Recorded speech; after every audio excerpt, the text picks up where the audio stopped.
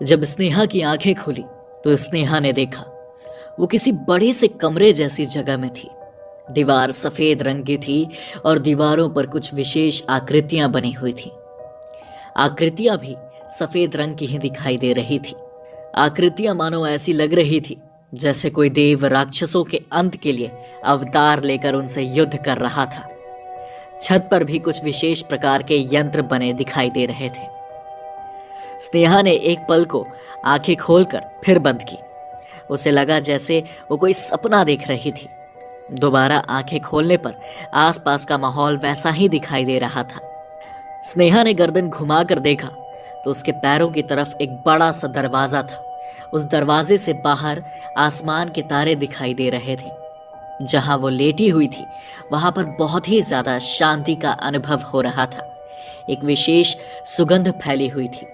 स्नेहा ने अपने हाथों से फर्श को छूकर देखा तो फर्श पर भी कुछ बना हुआ महसूस हुआ, जैसे फर्श के पत्थर पर कुछ उकेरा गया हो। ये सब स्नेहा को बहुत ही आनंद प्रदान कर रहा था। स्नेहा एकदम से उठकर बैठ गई और आसपास के माहौल को गर्दन घुमाकर देखने लगी। स्नेहा ने देखा जिस तरफ उसका सिरहाना था उस तरफ मां भगवती महाकाली की एक विशाल प्रतिमा स्थापित थी। प्रतिमा बहुत ही रौद्र भाव की लग रही थी। उनकी जीभ बाहर निकली हुई थी, मानो संसार के सभी दुष्टों का रक्त पीकर भी उनकी क्षुधा शांत नहीं हुई। चेहरे पर बहुत ही क्रोध जैसे भाव थे, परंतु नेत्रों में करुणा की वर्षा हो रही थी। शरीर पर बागंबर धारण किए हुए नरमुंडों की माला गले में सुशोभित हो रही थी। चरण कमल के नीचे भगवान भोलेनाथ की प्रतिमा थी। नीलांजना देवी भगवती भले ही अपने रौद्र रूप में दिखाई दे रही थी, पर उनके स्वरूप में ममता, करुणा और दया के ही भाव प्रधान दिखाई दे रहे थे। उन्हीं के बाएं हाथ की तरफ शमशान की अधिष्ठता देव बाबा काल भैरव की प्रतिमा थी। उनकी प्रतिमा एक प्रतिमा ना होकर एक लिंग रूप में थी, जिस पर सिंदूर चढ़ा हुआ था। अपने आप को मंदिर में देखकर स्नेहा को अपार शांति और हर्ष का अनुभव हो रहा था। ऐसा लग रहा था कि संपूर्ण जीवन वो ऐसे ही मां के चरणों में बैठकर बिता सकती है। आज स्वयं को वहां देखकर स्नेहा ये भूल गई थी कि वो अभी अभी कुछ दिनों पूर्व ही अपनी मां को खो चुकी थी। जगत जननी मां के मंदिर में उसे ऐसे ही आभास हो रहा था जैसे वो अपनी मां की ही गोद में बैठी हो। मां ने भी उसे ऐसे संभाल लिया था जैसे बाहर से लड़ाई में पिटकर आए बच्चे को मां अपने आंचल में संभाल लेती है। स्नेहा बस ऐसे ही मां की प्रतिमा की तरफ भाव विभोर होकर देख रही थी कि एक आवाज आई, तुम उठ गई स्नेहा, अब कैसा लग रहा है? स्नेहा ने पलट कर देखा तो अच्युतानंद जी उसके सामने खड़े थे। स्नेहा के नेत्रों से आनंद अश्रु बह रहे थे। अच्युतानंद जी ने कहा, स्नेहा तुम सुबह से ही मूर्छित हो। मैं कुछ फल लाया हूं, इन्हें ग्रहण करो और फिर अपने घर चली जाओ। स्नेहा ने भाव विभोर होते हुए कहा, गुरुदेव, आपने यहां लाकर मेरे जीवन की क्षुधा शांत कर दी। कुछ खाने की कोई भी अभिलाषा नहीं है, बस आप मुझे वापस जाने के लिए ना कहो। वापस जाने के नाम पर ऐसा लग रहा है जैसे कोई गाय के भूखे बछड़े को उसकी मां से दूर ले जाकर बांधना चाहता हो। अच्युतानंद जी ने कहा, पर स्नेहा तुम्हें जाना तो होगा, क्योंकि केवल एक दिन है जिसे तुम अपने हिसाब से बाहर बिता सकती हो। उसके बाद तुम्हें कठोर और संयमित जीवन व्यतीत करना होगा। स्नेहा ने कहा, जी गुरुदेव, परंतु केवल आज की रात मैं मां की गोद में बिताना चाहती हूँ। कल का पूरा दिन और रात मैं बाहर अपनी जिम्मेदारियां पूरी करने में व्यतीत करूंगी। आज मां को छोड़कर जाने का बिल्कुल भी मन नहीं है। अच्युतानंद जी ने कहा, ठीक है, फिर तुम कुछ फलहार कर लो और यहीं विश्राम करो। मैं बाहर अपनी कुटिया में जाकर विश्राम करता हूं, क्योंकि कल का पूरा दिन तुम्हारी साधना की तैयारी में निकलने वाला है। ऐसा कहकर अच्युतानंद जी फल वहीं रखकर बाहर चले गए। स्नेहा ने वो फल भाव से पहले मां को और भगवान काल भैरव को अर्पित किए, फिर स्वयं खाए। उसके बाद माँ की प्रतिमा को निहारती रही। निहारते निहारते कब नींद आ गई उसे खुद पता नहीं चला। सुबह किसी के बाल सहलाने से स्नेहा की नींद खुली। उसे लगा उसकी माँ उसे सुबह सुबह जगाने आई थी। पर जब स्नेहा को ये याद आया कि उसकी माँ अब उसके पास नहीं थी और वो मंदिर में थी, तो स्नेहा झट से उठकर बैठ गई। चारों तरफ गर्दन घुमाकर देखने पर स्नेहा को कोई भी दिखाई नहीं दिया। स्नेहा की नजर जब माँ की प्रतिमा पर गई तो उनके चेहरे पर ममतामयी मुस्कान थी। स्नेहा को लगा कि शायद माँ ने ही उसे सुबह सुबह जगाने के लिए वहां आई थी। स्नेहा ने माँ को प्रणाम किया, फिर बाबा काल भैरव को प्रणाम कर मंदिर से बाहर आ गई। बाहर अच्युतानंद जी ध्यान में लगे हुए थे। ध्यान मग्न होते हुए ही उन्होंने अपने हाथ से स्नेहा को रुकने का इशारा किया। 10 मिनट बाद अपनी पूजा पूर्ण कर कहा, स्नेहा अभी तुम अपने घर चली जाओ और कल ठीक शाम 5 बजे वापस यहां आ जाना, क्योंकि साधना शुरू करने का शुभ मुहूर्त रात को 10 बजे का है। उससे पहले बहुत सी तैयारियां और बहुत कुछ जानना और बताना आवश्यक है, तो तुम ठीक समय पर यहां पहुंच जाना। ऐसा कहकर अच्युतानंद जी वापस ध्यान मग्न हो गए। स्नेहा ने उन्हें प्रणाम किया और वापस अपने घर आ गई। घर पहुंचकर स्नेहा ने देखा सभी लोग नाश्ता कर रहे थे। उसके घर में कदम रखते ही पीहू दौड़कर उसके पास आ गई। स्नेहा ने पीहू को गोद में उठा लिया और उसे लाड करने लगी। पीहू भी स्नेहा को गले लगाई हुई थी और गले लगे हुए ही स्नेहा से पूछा, बुई आप कल पूरे दिन कहां थी? स्नेहा ने कहा, बेटा कल बुई की एक फ्रेंड बहुत ज्यादा बीमार हो गई थी, तो वहीं उनके पास थी। पीहू ने परेशान होते हुए पूछा, बुई अब आपकी फ्रेंड ठीक है? स्नेहा ने कहा, हाँ बेटा अब वो ठीक है और वो अपनी मम्मी के पास चली गई है। स्नेहा ने ऐसे कहते हुए पीहू को गोद से उतारा और हाथ पकड़कर डाइनिंग टेबल की तरफ ले गई। उसे चेयर पर बैठा कर कहा, पीहू बेटा आप नाश्ता करो, बुई अभी आती है। इस पर अखिलेश जी ने भी कहा, स्नेहा जल्दी आना, हम सब नाश्ते के लिए तुम्हारा इंतजार कर रहे हैं। स्नेहा ने कहा, कोई बात नहीं चाचा जी, आप सब लोग नाश्ता कीजिए, मुझे थोड़ा टाइम लगेगा। ऐसा कहकर स्नेहा अपने कमरे में चली गई।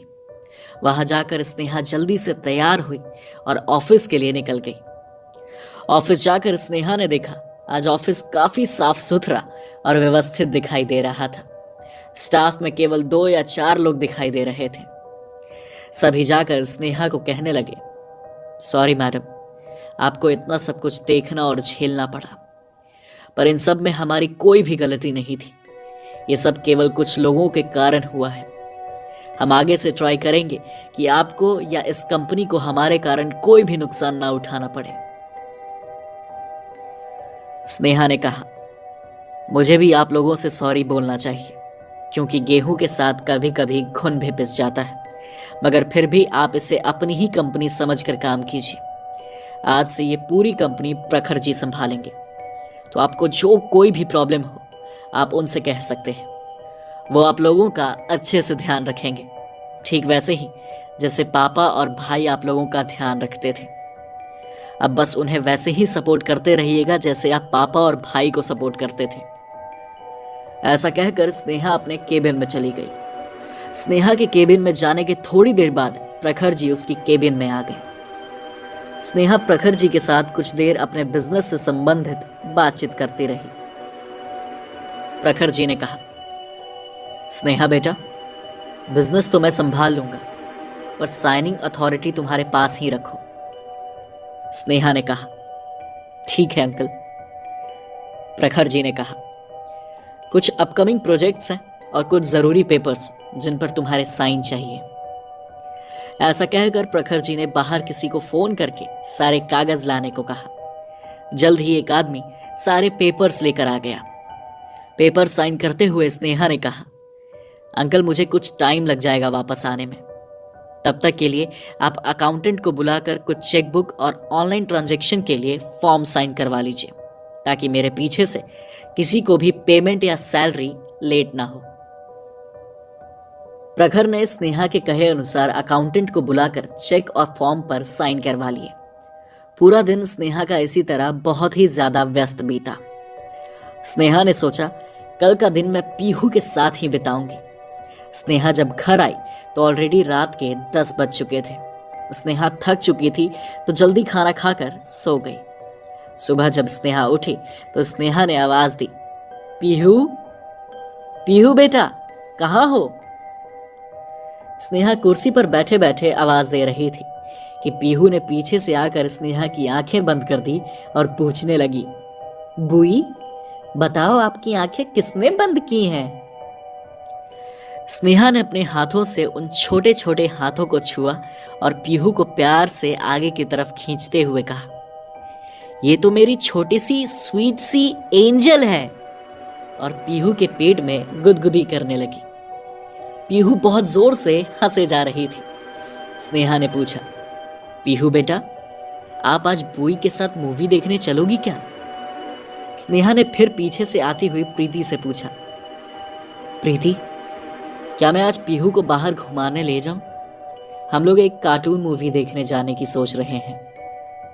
प्रीति ने मना किया, स्नेहा बुरा मत मानना, पर ऐसे रोज रोज बाहर जाकर पीहू की आदतें खराब हो जाएंगी।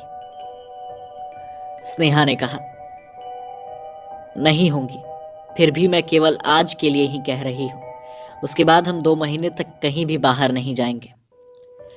पीहू ने जब ये सुना तो वो उसकी मम्मी से कहने लगी, प्लीज मम्मा जाने दो ना, हम पक्का 2 महीने बाहर नहीं जाएंगे। प्लीज मम्मा। मैं जाऊं क्या? पीहू ने भोली सी शक्ल बनाते हुए प्रीति से पूछा तो प्रीति मना नहीं कर पाई।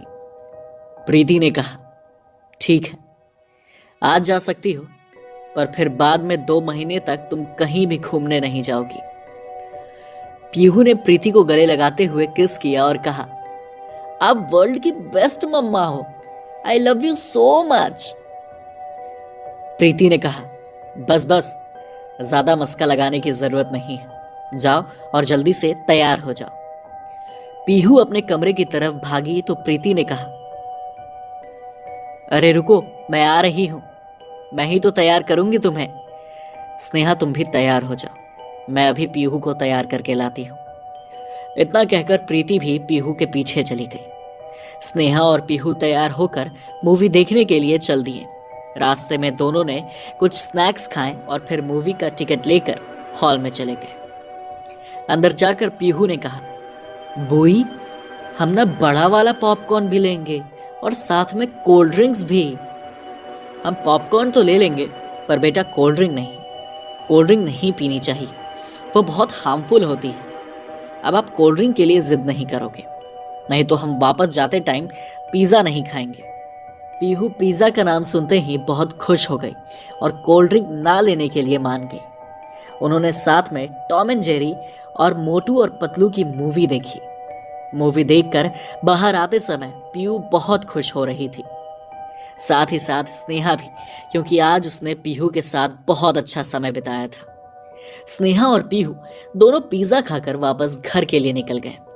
रास्ते में गाड़ी एक फ्लाईओवर से गुजर रही थी कि अचानक गाड़ी को एक झटका लगा और गाड़ी आधी फ्लाईओवर के नीचे लटक गई।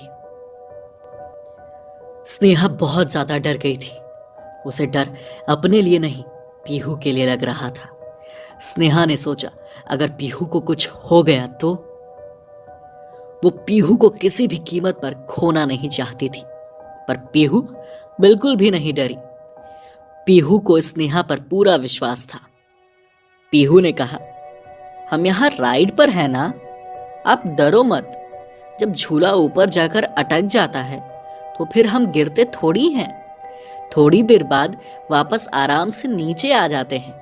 आप टेंशन मत करो, हम ठीक से रोड पर वापस चल लेंगे। स्नेहा को यह सब सुनकर बहुत हिम्मत मिली। स्नेहा ने गुस्से में सीट के पीछे की तरफ एक मुक्का मारा। उसके कारण झटके से गाड़ी वापस रोड पर आ गई। सभी लोग जो आसपास खड़े होकर स्नेहा की लटकती हुई गाड़ी देख रहे थे, अब वो सब एक झटके से वापस रोड पर आई हुई उस गाड़ी को देखकर हैरान थे। वो लोग ये सोच रहे थे कि कि एकदम से ऐसा कैसे हुआ जो नीचे लटकती हुई गाड़ी अपने आप वापस रोड पर चल दी। स्नेहा को भी थोड़ा अचंभा हुआ, पर पीहू ने कहा, देखो बुई, मैंने कहा था ना कि कुछ भी नहीं होगा। हम लटकने के बाद वापस रोड पर ठीक से चलने लगेंगे। हम लोगों को कुछ भी चोट नहीं आएगी। मेरी बुई ग्रेट है। उन्होंने एक मुक्का मारकर गाड़ी को सीधा कर दिया। स्नेहा अभी भी हैरान परेशान होकर कभी रोड को, कभी फ्लाईओवर को और कभी गाड़ी को देख रही थी। थोड़ी देर बाद स्नेहा और पीहू वापस घर आ गए। स्नेहा ने पीहू से कहा, पीहू बेटा, आप घर पर किसी को भी ये बात नहीं बताएंगे कि आज हमारी कार के साथ क्या हुआ था। सब लोग डर जाएंगे ना, और वैसे भी ये पीहू और बुई का सीक्रेट है। पीहू ने हाँ में गर्दन हिलाते हुए कहा, बुई, मैं किसी को भी कुछ भी नहीं बताऊंगी, पर आपको ना मुझे राइड पर ले जाना पड़ेगा। फिर से स्नेहा ने पीहू के सर पर प्यार से हाथ फेरते हुए कहा, हाँ बिट्टू, हम पक्का चलेंगे। और फिर दोनों घर के अंदर चले गए। दोपहर के 3 बज रहे थे और 5 बजे तक स्नेहा को अच्युतानंद जी के पास शमशान में पहुंचना था। स्नेहा ने थोड़ी देर रेस्ट किया और फिर शमशान के लिए निकलने के लिए चेंज किया। स्नेहा ने सोचा, 10 मिनट रुक के निकलती हूं। स्नेहा बैठकर जाने के बारे में आंखें बंद करके सोच रही थी। स्नेहा ने 10 मिनट बाद आंखें खोली तो वो हैरान रह गई। स्नेहा इस समय शमशान में बैठी थी। थोड़ी ही दूर पर अच्युतानंद जी ध्यान में बैठे थे। सामने ही माँ का मंदिर दिखाई दे रहा था। स्नेहा ने सोचा, मैं भी ना कुछ भी सपने देखने लगती हूँ। ऐसा कैसे हो सकता है कि मैं सोचूं और मैं वहां पहुंच जाऊं? ये जरूर वहम होगा। स्नेहा ने 2-3 बार आंखें बंद करके खोली, पर वो अब भी शमशान में ही थी। अब की बार स्नेहा ने खुद को जोर से चिकोटी काटी। चिकोटी के दर्द के कारण स्नेहा जोर से चीख पड़ी, आउच! स्नेहा की आवाज सुनकर अच्युतानंद जी ने आंखें खोली और स्नेहा को ऐसे बेवकूफ की तरह अपने आप को चोट पहुंचाते देखकर मुस्कुरा दिए। उन्होंने स्नेहा से पूछा, क्या हुआ स्नेहा, ये तुम खुद को चिकोटी क्यों काट रही हो? स्नेहा ने कहा, गुरुजी, मैं थोड़ी देर पहले अपने कमरे में बैठी थी और यहां आने के लिए निकलने की सोच रही थी। मैंने 2 मिनट आंखें बंद करके खोली तो मैं यहां थी। ऐसे कैसे हो सकता है? अच्युतानंद जी मुस्कुरा दिए। फिर स्नेहा से कहा, आपको पता है गुरुदेव आज मेरे साथ क्या हुआ? अच्युतानंद जी ने मुस्कुराते हुए पूछा, क्या हुआ था? स्नेहा ने कहा, मेरी गाड़ी फ्लाईओवर से नीचे हवा में लटक रही थी। मैं बहुत डरी हुई थी। अचानक मैंने गुस्से में सीट पर हाथ मारा और मेरी गाड़ी जो नीचे लटकी हुई थी एक ही झटके में रोड पर थी। गुरुदेव, ये आजकल क्या हो रहा है? अच्युतानंद जी मुस्कुराते हुए कहा, कुछ नहीं हो रहा स्नेहा।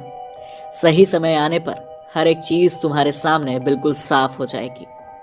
स्नेहा अभी भी बहुत ज्यादा असमंजस में थी। उसे कुछ भी समझ नहीं आ रहा था। अच्युतानंद जी ने कहा, स्नेहा, अभी के लिए वो सब छोड़ो। अभी केवल अपनी साधना पर ध्यान दो। जाओ, पहले माँ और बाबा काल भैरव से आज्ञा लेकर आओ, फिर हम आगे बढ़ेंगे।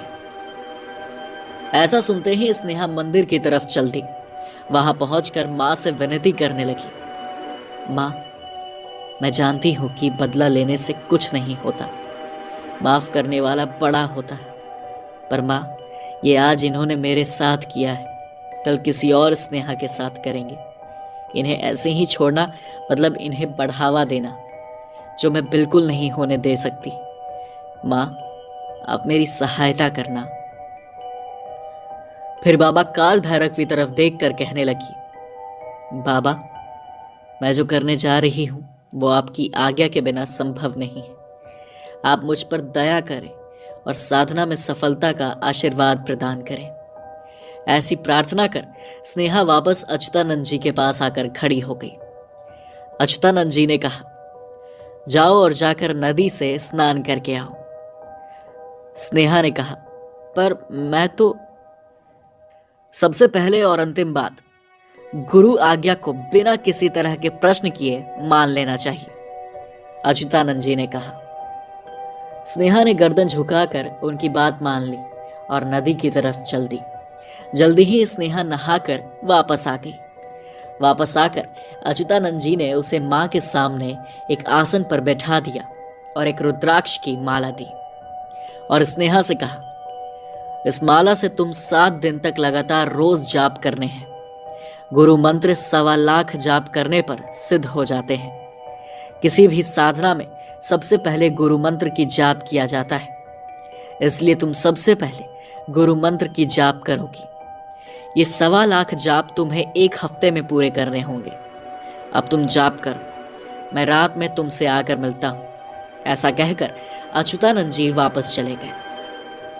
स्नेहा अपने जाप में लग गई। रात को अच्युतानंद जी वापस आए और स्नेहा से कहा, अब तुम आराम करो। सुबह 6 बजे से वापस तुम्हें मंत्र जाप शुरू करना है, तो अभी कुछ खाकर आराम करो। ऐसा कहकर स्नेहा को एक झोपड़ी दिखाती, जो अब से स्नेहा की आश्रय स्थली, स्नेहा का कमरा या उसका महल, जो चाहे कह सकते थे। उसी दिन से स्नेहा की कठिन ट्रेनिंग शुरू हो गई थी। पूरी दिनचर्या अनुशासित हो गई थी। स्नेहा सुबह से शाम तक बिना हिले डुले गुरु मंत्र के जाप में लगी रहती थी और शाम को अपनी झोपड़ी में जाकर विश्राम करती थी। शीघ्र ही उसके 1.25 लाख जाप पूरे हो गए और अच्युतानंद जी ने उसे अपने शिष्य के रूप में स्वीकार कर लिया। उसके बाद अच्युतानंद ने स्नेहा को कहा, स्नेहा, आज के लिए तुम्हारा जाप पूर्ण हुआ। कल रात 9 बजे तुम यहाँ स्नान करके लाल वस्त्र पहनकर पहुंच जाना। तुम्हारी साधना को हम अगले पड़ाव में ले जाएंगे। ऐसा कहकर स्नेहा को आराम करने के लिए उसकी झोपड़ी में भेज दिया। दूसरे दिन स्नेहा ठीक रात 9 बजे स्नान करके स्वच्छ कपड़े पहनकर वहीं मंदिर के सामने अच्युतानंद जी के बताए अनुसार पहुंच गई। थोड़ी देर में अच्युतानंद जी भी वहां पहुंच गए। अच्युतानंद जी ने कहा, स्नेहा, अगली साधना हम मणिकर्णिका योगिनी साधना करेंगे, जो 21 दिन की है और तुम्हें 3 लाख जाप 21 दिन में पूरे करने हैं। ये जाप रात 9 बजे से तब तक करने होंगे जब तक कि उस दिन के जापों की संख्या पूर्ण ना हो जाए। प्रतिदिन दशांश हवन होगा। अपना भोजन तुम्हें खुद बनाना होगा। इस साधना में मौन व्रत रखना होता है, इसलिए जितना हो सके प्रयास करना कि तुम्हें बात ना करनी पड़े।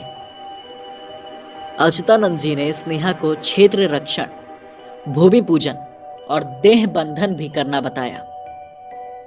मणिकर्णिका योगिनी साधना का मंत्र बताया और सारी विधि बताकर हवन विधि वे स्वयं करवाएंगे ऐसा कहकर चले गए। उस दिन का जाप पूरा हो जाने पर स्नेहा ने अच्युतानंद जी से उस साधना के बारे में जानकारी लेने के लिए पूछना चाहा। अच्युतानंद जी ने उसे बोलने से मना कर दिया और स्वयं उस साधना के विषय में बताने लगे। उन्होंने कहा, मणिकर्णिका योगिनी साधना एक ऐसी साधना है जिसके सिद्ध हो जाने पर देवी साक्षात दर्शन देती है और सभी सिद्धियां प्राप्त करती हैं। ये सिद्धि गुप्त योगिनियों में मानी जाती है और आप इससे जो इच्छा हो वो कार्य करवा सकते हैं। देवी स्वयं आपके कान में विराजित हो, आपको सब कुछ बताती है। गुप्त रूप से साधक को मां के कर्ण फूल प्राप्त होते हैं, जो किसी को दिखाई नहीं देते पर ये साक्षात होती है। साधक जब अपनी उंगलियों से मंत्र जाप करते हुए कानों में पहने हुए कुंडलों को स्पर्श करते हैं तो देवी योगिनी स्वयं आपके सामने प्रकट हो जाती है।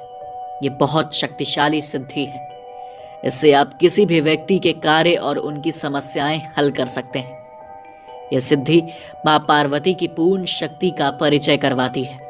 ऐसा कहकर स्नेहा की जिज्ञासा शांत की, उसकी साधना बिना किसी विघ्न के पूरी होने का आशीर्वाद दिया। स्नेहा की साधना चल रही थी। प्रतिदिन उसे साधना के नित्य नए अनुभव प्राप्त हो रहे थे।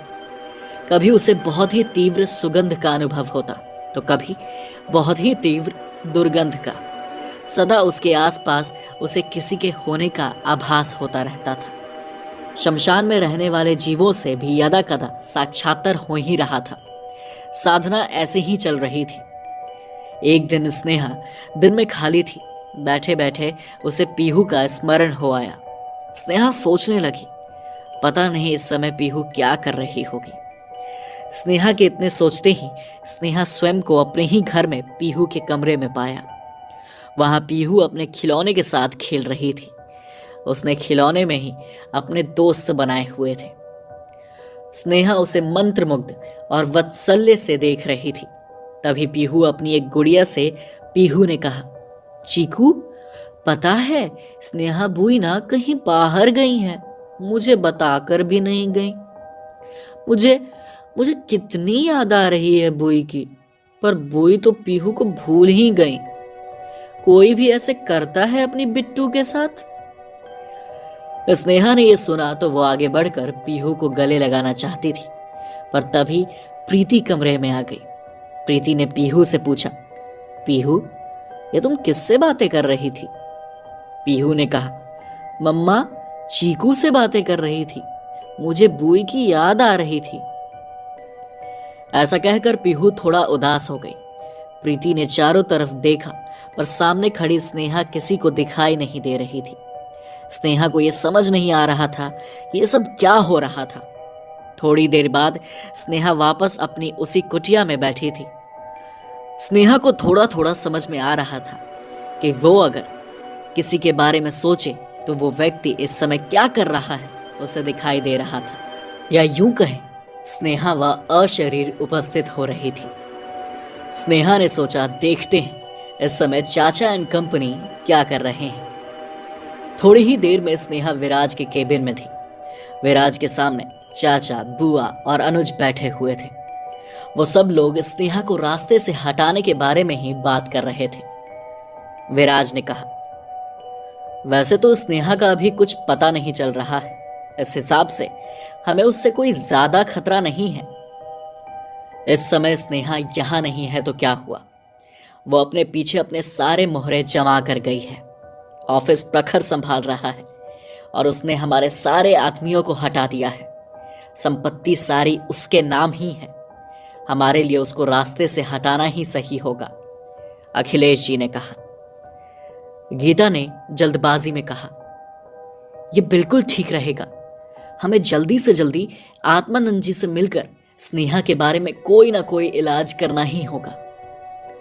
विराज ने कहा, अभी गुरुदेव कुछ समय के लिए किसी विशिष्ट साधना में व्यस्त हैं, तो यह समय उन्हें डिस्टर्ब करने के लिए ठीक नहीं होगा। मैं उनके फ्री होते ही आप लोगों को बता दूंगा, फिर हम सब साथ में ही गुरुदेव से मिलने उनके घर चलेंगे। गीता ने हड़बड़ाते हुए पूछा, कब तक फ्री होंगे गुरुदेव? विराज ने कहा, कम से कम 15 दिन तो लगेंगे ही। अनुज ने तपाक से कहा, इतने सारे दिन? विराज ने अनुज को तिरछी नजरों से घूरते हुए कहा, तो तुम्हारे हिसाब से अब उनकी साधना होगी? गीता ने घबराते हुए कहा, नहीं, इसके कहने का मतलब वो नहीं था। जब भी आत्मानंद जी फ्री हो जाए आप हमें बता दीजिएगा। स्नेहा अब वापस कुटिया में थी। वो ये सोच रही थी कि अब जल्दी से जल्दी चाचा एंड कंपनी का इलाज करना होगा। स्नेहा को इतना तो समझ आ गया था कि अब स्नेहा चाहे तो किसी भी व्यक्ति पर दृष्टि रख सकती है। इस समय यही स्नेहा के लिए बहुत बड़ी बात थी। स्नेहा ने सोचा, 15 दिन में तो मेरी ये साधना भी पूरी हो जाएगी। अब मुझे इन लोगों पर 15 दिन तक नजर रखने की कोई जरूरत नहीं है। स्नेहा ने इस बारे में गुरुजी को बताने का निश्चय किया और नियत समय पर अपनी साधना के लिए उसी जगह पहुंच गई। रोज की तरह उस दिन भी, उस रात भी स्नेहा अपनी साधना पूरी की और अपनी कुटिया में विश्राम करने के लिए आ गई। स्नेहा ने अच्युतानंद जी को यह पूरी बात बताई तो उन्होंने कहा, स्नेहा, यह समय इन सब बातों में दिमाग लगाने का नहीं है। यह समय तुम्हारे साधना का है, तो उस पर ध्यान दो। यह सब कुछ मैं देख लूंगा। अच्युतानंद जी के ऐसा कहते ही स्नेहा ने सब कुछ चिंता उन पर छोड़कर वापस अपनी साधना में ध्यान लगाना ही उचित समझा। वो अपनी साधना में व्यस्त हो गई। प्रतिदिन का यही कर्म चलता जा रहा था।